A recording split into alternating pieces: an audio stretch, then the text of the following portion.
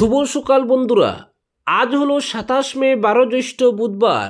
আজকের সকালের বিশেষ বিশেষ খবর হলো ইউনিফর্ম নয় সিলেক্টিভ, কোরআনের অধিকারে হস্তক্ষেপের অভিযোগ, মুসলিম মহিলাদের নতুন জীবন, বেঁচে থাকার অধিকার দেবে বললেন মুখ্যমন্ত্রী, গরু কুরবানি থেকে বিরত থাকার সিদ্ধান্ত সময়ের শুভ ইঙ্গিত, ইউসিসি বিলের কপি পুড়িয়ে প্রতিবাদ আমসুর, কংগ্রেস বিধায়কদেরও বিরোধিতা, ইউসিসি নিয়ে বিধানসভায় আলোচনা আজ।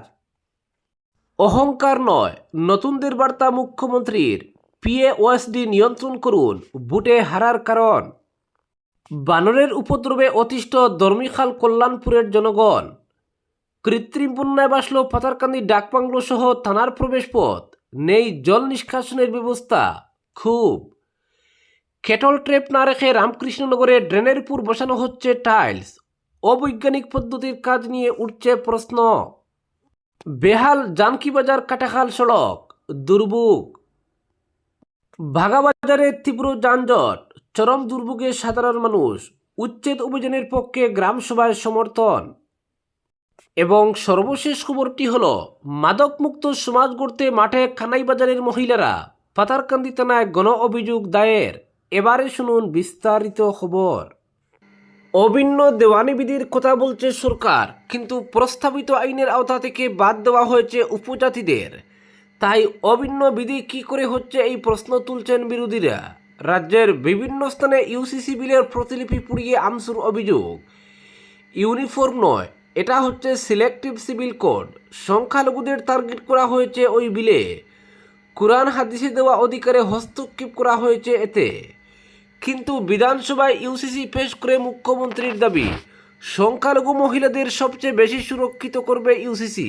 সংখ্যালঘু মহিলাদের নতুন জীবন দেবে, বেঁচে থাকার অধিকার দেবে, সম্পত্তির উপর অধিকার পাবেন সংখ্যালঘু মহিলারা, বহু বিবাহ বাল্যবিবাহ বন্ধ হবে। প্রথমবারের মতো স্বাধীন দেশের নাগরিক হিসেবে সংখ্যালঘু মহিলারা ভোট দেওয়ার অধিকার পাবেন। ফলে সংখ্যালঘু মহিলাদের স্বাধীনতা দেওয়ার লক্ষ্যেই আনা হয়েছে ওই বিল। বিরোধীদের আপত্তি অগ্রাহ্য করে সোমবার বিধানসভায় পেশ করা হয়েছে অভিন্ন দেওয়ানি বিধি কিংবা ইউসিসি বিল।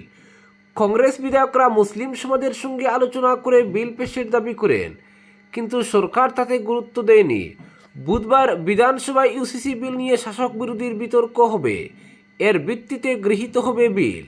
কিন্তু বিধানসভার বাইরে অব্যাহত রয়েছে ইউসিসি নিয়ে বিরোধীর আপত্তি। সংখ্যালঘু ছাত্র সংস্থা আন্দোলনের পথ নিয়েছে।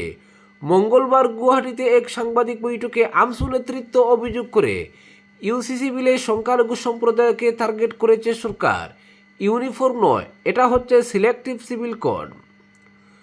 বিধানসভায় ইউসিসি বিলের বিরোধিতা করার কথা জানিয়ে কংগ্রেস বিধায়ক নুরুল হুদা বলেন, ধর্মীয় আঘাত হানতে পারে এমন কোনো বিষয়ে সমর্থন করব না আমরা। ইসলামেও সম্পত্তিতে মহিলাদের অধিকার রয়েছে। স্বামীর মৃত্যু হলে 4 ভাগের 1 ভাগ পাবে পত্নী, তাছাড়া বাবার সম্পত্তির অংশ পাবে। বিধায়ক ওয়াজেদ আলী চৌধুরীর দাবি, ইসলামের শর্ত সাপেক্ষে একাধিক বিয়ের অনুমতি রয়েছে, কিন্তু ইউসিসিতে সেই বিধান রাখা হয়নি। বিধায়ক জাকির হোসেন শিকদারের দাবি, জনগণকে বিশ্বাসে না নিয়ে ইউসিসি বিল পেশ করেছে সরকার, তবে সবাইকে নিয়ে ইউনিফর্ম হয়নি। উপজাতিদের বাদ দিলে কি করে ইউনিফর্ম হবে? কিন্তু বিধানসভায় দাঁড়িয়ে মুখ্যমন্ত্রীর দাবি, প্রতিশ্রুতি দিয়েছিলাম প্রথম অধিবেশনে ইউসিসি পেশ করব, সেটাই করা হয়েছে। কংগ্রেসের শাসনে সংখ্যালঘু মহিলাদের যে নির্মম যাতনার মধ্যে রাখা হয়েছিল, সম্পত্তির অধিকার থেকে বঞ্চিত করা হয়েছিল, সেই সব শেষ করে সংখ্যালঘু মহিলাদের অধিকার দেওয়ার পথে এগোচ্ছে সরকার। আসামের ইতিহাসে প্রথমবারের মতো সামাজিক ন্যায় প্রতিষ্ঠার দিকে এগোচ্ছি আমরা। ঈদে গরু কুরবানি না দিতে সংখ্যালঘু সমাজের আহ্বানকে স্বাগত জানিয়ে মুখ্যমন্ত্রী এটাকে শুভ লক্ষণ বলে চিহ্নিত করেন। তিনি বলেন, বিধানসভায় গো সুরক্ষা আইন প্রণয়নের সময় অনেকে বিরোধিতা করেছিলেন, কারণ কুরবানি প্রথার জন্য গরু অতি প্রয়োজনীয়। ফলে গোহত্যা বন্ধ করলে ধর্মীয় সেন্টিমেন্টে আঘাত দেওয়া হবে। কিন্তু আগেও আমি বলেছি, কুরবানির জন্য গরুর প্রয়োজনের কথা কোনো ধর্মগ্রন্থে লেখা নেই। এখন বহু স্থানে মুসলিম সমাজ থেকে ঘোষণা করা হয়েছে, হিন্দুদের ধর্মীয় চেতনায় আঘাত না দিতে ঈদে গরু কুরবানি থেকে বিরত থাকতে হবে। রাজ্যের সমন্বয়ের জন্য এটা শুভ ইঙ্গিত। স্বেচ্ছায় তারা সিদ্ধান্ত নিয়েছেন ঈদে গরু কুরবানি দেবেন না। তাই মুসলিম সমাজকে ধন্যবাদ দিচ্ছি আমি। তাদের এই সিদ্ধান্ত হিন্দুদের প্রভাবিত করতে আসামে একসঙ্গে মিলেমিশে থাকার ইচ্ছাকে আরও এগিয়ে নেবে। পরবর্তী খবরটি হল অহংকার নয় নতুনদের বার্তা মুখ্যমন্ত্রীর, পিএওএসডি নিয়ন্ত্রণ করুন, ভোটে হারার কারণ। অহংকার নয়, রাজনীতিকদের সবচেয়ে বড় শত্রু হলো অহংকার। ষষ্ঠদশ বিধানসভার প্রথম অধিবেশনের মঞ্চ থেকে নবনির্বাচিত বিধায়কদের এই বার্তা দিলেন মুখ্যমন্ত্রী হিমন্ত বিশ্ব শর্মা। তিনি বুঝিয়েছেন ভোটে জয়ী হয়ে মনে অহংকার আনলে মানুষ সেটা বুঝেন, ফলে পরের বার আর ভোটে জয়ী হওয়া সম্ভব হয় না।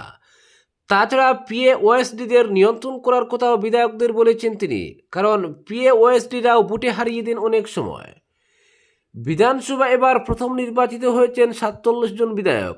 যোরহাটে গৌরব গগৈ পরাজিত হওয়ার দৃষ্টান্ত তুলে ধরে নতুন বিধায়কদের উদ্দেশ্যে মুখ্যমন্ত্রী বলেন, ভোট আমাদের শিখিয়েছে রাজনীতিকদের অহংকারী হওয়া উচিত নয়। ভোটে একবার জয়ী হয়ে আসামের রাজা হয়েছি ভেবে নিলে হবে না, কারণ আসন নিশ্চিত নয়। তাই যোরহাটে লোকসভা ভোটে জয়ী হয়ে দর্প অহংকার বেড়ে গেল, আর ২ বছরের মধ্যে বিধানসভায় ছোট নির্বাচনে হেরে গেলাম। তাই আজ জয়ী হলে কাল যে জয়ী হব তার কোনো গ্যারান্টি নেই। নতুন বিধায়কদের মুখ্যমন্ত্রী বলেন, আসন কোনো স্থায়ী নয়, জনগণ যদি জয়ী করাতে পারেন তাহলে হারাতেও পারেন। মনে অহংকার এলে সেটা বুঝতে পারেন মানুষ, নতুন সিদ্ধান্ত নেন। তাই একবারের জন্য বিধায়ক হয়নি, বারবার নির্বাচিত হতে হবে ভেবে মনে অহংকার আনা উচিত নয়। অহংকার বড় শত্রু। বিধায়ক হয়ে অহংকার করে পোশাক পরিবর্তন করলে, শুয়ার ব্যবস্থা বদলালে, কেন্দ্র থেকে আসা লোকদের সঙ্গে খারাপ কথা বললে স্খলন হয়। গত বিধানসভার সদস্য অনেকে এবার জয়ী হননি, তাদের দেখে নতুনদের শিক্ষা নিতে হবে। পরবর্তী খবরটি হল বানরের উপদ্রবে অতিষ্ঠ দর্মিখাল কল্যাণপুরের জনগণ। গত কয়েকদিন ধরে পূর্বদুলার দর্মিখাল, কল্যাণপুর, বড়াইবস্তি, দর্মিখাল গ্রান্ড, পাটবাড়ি ও মনিয়ারখালে বানরের উপদ্রব মারাত্মকভাবে বেড়েছে। যাকে যাকে বানরের দল গ্রামে গ্রামে হানা দিয়ে বাগানের শাকসবজি, ফলমূল সব কিছু খেয়ে নিচ্ছে। এলাকার দোকান ও স্কুলগুলোতেও হানা দিয়ে জিনিসপত্র নিয়ে পালাচ্ছে। কিছু কিছু স্থানে সরকারি জল প্রকল্পগুলোতেও হানা দিয়ে জল নষ্ট করছে। রান্নাঘরে ঢুকে মানুষের রান্না করে রাখা ভাত তরকারিও খেয়ে ফেলছে বানরের দল। বানরের এ ধরনের উপদ্রবে অতিষ্ঠ হয়ে পড়েছেন এলাকার গ্রামগুলোর শত শত মানুষ। তাড়াতে গেলে উল্টো তেড়ে আসছে মানুষের দিকে বলে জানিয়েছেন এলাকার জনগণ। বানর দলের উপদ্রব প্রতিহত করতে বন বিভাগের দৃষ্টি আকর্ষণ করেছেন এলাকার ভুক্তভোগী জনগণ। পরবর্তী খবরটি হল কৃত্রিম বন্যায় ভাসল পাথারকান্দি ডাকবাংলো সহ থানার প্রবেশ পথ, নেই জল নিষ্কাশনের ব্যবস্থা। খুব গত কয়েকদিনের অবিরাম বর্ষণে রীতিমতো বন্যার সৃষ্টি হয়েছে পাথারকান্দি পূর্ত বিভাগের ডাকবাংলো সহ থানা এলাকায়। দীর্ঘদিন থেকে এই এলাকায় জল নিষ্কাশনের কোনো সুবন্দোবস্ত না থাকায় এই কৃত্রিম বন্যা। নালা নর্দমার নোংরা জলে ভাসছে পুরো এলাকা। পূর্ত বিভাগের ডাকবাংলোর পাশে রয়েছে সরকারি ও বেসরকারি দুটো শিক্ষা প্রতিষ্ঠান, তাই স্থানীয়দের মতো ব্যাপক দুর্ভোগ পোহাতে হচ্ছে এসব স্কুল পড়ুয়াদেরও। এদিকে পাথারকান্দি জল সম্পদ কার্যালয় থেকে প্রাপ্ত তথ্য মতে বিকেল 4টায় লঙ্গাই নদীর জল বিপদসীমার উপর দিয়ে বইলেও বর্তমানে জল কমছে, কিন্তু দিনব্যাপী ভারী বর্ষণে এই এলাকার জল ক্রমশ বৃদ্ধি পাচ্ছে। স্থানীয় একাংশের একান্ত ব্যক্তিগত উদ্যোগে বিশাল এলাকা জুড়ে অপরিকল্পিতভাবে মাটি ভরাটের ফলে প্রতি বছর বর্ষার মরশুমে জমা জলে মিনি বন্যার রূপ ধারণ করে এই এলাকার পূর্ত বিভাগের ডাকবাংলো থানা সার্কল কার্যালয়ের সম্মুখ সহ পার্শ্ববর্তী বসতভিটা সহ বিভিন্ন পথঘাট।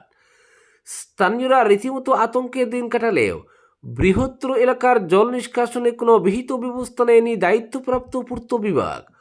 অভিযোগ মতে বছর দুয়েক পূর্বে পাথারকান্দি ডাকবাংলোর পার্শ্ববর্তী প্রেমময়ী সিনিয়র বেসিক স্কুলের পাশে স্থানীয় এক ব্যবসায়ী নিজের কয়েক বিঘা খালে মাটি ভরাটের ফলে ঘটে এই বিপত্তি। বৃহত্তর এই এলাকার নালা নর্দমার জল এই খালে জমা হতো। নিজের প্রয়োজনের তাগিদে তার এই অপরিকল্পিতভাবে মাটি ভরাটের ফলে জল নিষ্কাশনের পথ পুরোপুরি বন্ধ হয়ে যায়। ফলে ইদানিং পার্শ্ববর্তী নালা নর্দমা জলে টাইটুম্বুর। এক নাগাড়ে ভারী বৃষ্টিপাত হলেই জনদুর্ভোগ ব্যাপক আকার ধারণ করে বলে অভিযোগ স্থানীয়দের। পরবর্তী খবরটি হল ক্যাটল ট্রেপ না রেখে রামকৃষ্ণনগরে ড্রেনের উপর বসানো হচ্ছে টাইলস, অবৈজ্ঞানিক পদ্ধতির কাজ নিয়ে উঠছে প্রশ্ন। গত কয়েকদিন ধরে রামকৃষ্ণনগর বাজার সংলগ্ন এলাকায় ড্রেনের উপর ফুটপাতের উপর বসানো হচ্ছে টাইলস। এতে এলাকার সৌন্দর্য বৃদ্ধি ঘটলেও আশ্চর্যজনকভাবে ক্যাটল ট্র্যাপ বা ম্যানহোল রাখা হয়নি। এতেই এলাকার সচেতন নাগরিকদের চোখে খটকা লাগছে, কারণ ড্রেনের নিচ থেকে আবর্জনা পরিষ্কার করা হবে কিভাবে? পুরনো ম্যানহোল বন্ধ করে টাইলস বসানো চলছে, ফলে কাজ যা চলছে তা অবৈজ্ঞানিক পদ্ধতিতে হচ্ছে বলে প্রশ্ন উঠতে শুরু করেছে। বিষয়টি নিয়ে রামকৃষ্ণনগর ও পাথারকান্দি পূর্ত সংমণ্ডলের কার্যবাহী অভিযন্তা শৈবাল বিশ্বাসের সঙ্গে কথা বললে তিনি ঠিকাদার সংস্থা বিন্নি কনস্ট্রাকশনের ইঞ্জিনিয়ারের সঙ্গে কথা বলেন। পরে সংবাদ মাধ্যমকে জানান, ঠিকাদার সংস্থার ইঞ্জিনিয়ার বলেছেন রামকৃষ্ণনগর উঁচু নিচু এলাকা হওয়ার 2 থেকে 300 মিটার পরে ম্যানহোল রাখলে সুপার শাকার দিয়ে পরিষ্কার করা যাবে। তবে তিনি বলেছেন 50 মিটার পর ক্যাটল ট্র্যাপ বসাতে। স্থানীয়রা বলছেন 15 মিটার পর পর ক্যাটল ট্র্যাপ বসানো উচিত, না হলে সাফাই করতে অসুবিধা হবে। কিন্তু বিভাগীয় কর্তা বলছেন 50 মিটার পর ম্যানহোল মোটেও ঠিক হবে না। বড় শহরে 10 মিটার বা 15 মিটার পর পর দেওয়া হয় ক্যাটল ট্র্যাপ, এরপরও পরিষ্কার করতে অসুবিধা হয়। আর রামকৃষ্ণনগর উঁচু নিচু এলাকা হলেও বৃষ্টির জল টিলার মাটি ধুয়ে মুছে এনে ড্রেনে জমা করে, ফলে ড্রেনের কিছু কিছু জায়গা খুব অল্প সময়ে মাটিতে পড়ে যায়, ফলে ক্যাটল ট্র্যাপ বসানো দরকার। বিভাগীয় অভিযন্তা শৈবাল বিশ্বাস জানান, আজ ঠিকাদার সংস্থা এ বিষয়ে উপযুক্ত ব্যবস্থা নেবে বলে তাকে জানিয়েছে। এদিকে এলাকার সচেতনরা বলছেন বিভাগীয়দের উচিত ছিল ঠিকাদার সংস্থা কী কাজ করছে না করছে তা পরখ করার। কাজ নিয়ে মানুষের অভিযোগ উঠলে তাদের ঘুম ভাঙ্গা মোটেও ঠিক বিষয় নয়। উল্লেখ করা আবশ্যক, গত 30 বছর আগে শহরে পাকা নালা তৈরি হয়েছে, আর নির্মাণের পর থেকে নালা আজ অবধি পরিষ্কার হয়নি। মানুষের অভিযোগ, নালার উপর টাইলস বসানোর আগে নালাগুলির ভিতর সাফাই করা প্রয়োজন, ক্ষতস্থানে মেরামতির প্রয়োজন। কিন্তু তা না করে ফাটা পায়ে নুপুর বসাতে শুরু করেছে পূর্ত বিভাগ, যা আরও হাসির বিষয় বলে এলাকায় সমালোচনা চলছে। আজকের বিশেষ সংবাদ এখানেই সমাপ্ত।